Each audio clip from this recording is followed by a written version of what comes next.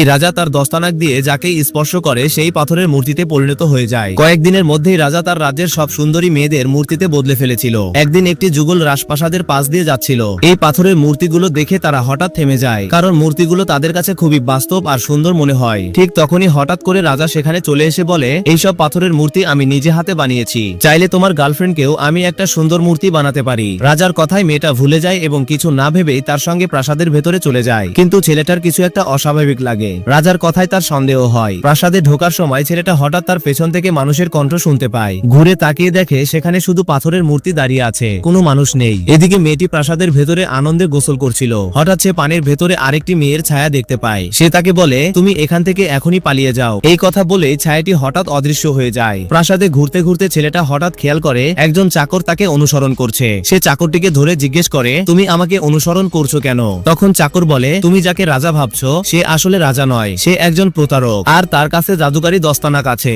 যেগুলো মানুষকে মূর্তিতে পরিণত করতে পারে। এরপর চাকর আরো বলে, আমার কথা বিশ্বাস না হলে একবার প্রাসাদের পেছনের ঘরে গিয়ে দেখো। পরের দিন ছেলেটা প্রাসাদের পেছনের ঘরে যায়। ঘরের ভেতরে সে শত শত মূর্তি দেখতে পায়। তখনই তার গার্লফ্রেন্ডের কথা ভেবে সে ভীষণ চিন্তিত হয়ে পড়ে। সে তার সঙ্গীদের নিয়ে সঙ্গে সঙ্গে প্রাসাদে ছুটে যায়। কিন্তু সেখানে পৌঁছানোর আগেই রাজা ছেলেটার গার্লফ্রেন্ডকে পাথরের মূর্তিতে পরিণত করে ফেলে। নিজের গার্লফ্রেন্ডকে মূর্তি হয়ে যেতে দেখে ছেলেটা হতভম্ব হয়ে যায়। তার চোখ দিয়ে অঝরে চোখের পানি গড়িয়ে পড়তে থাকে।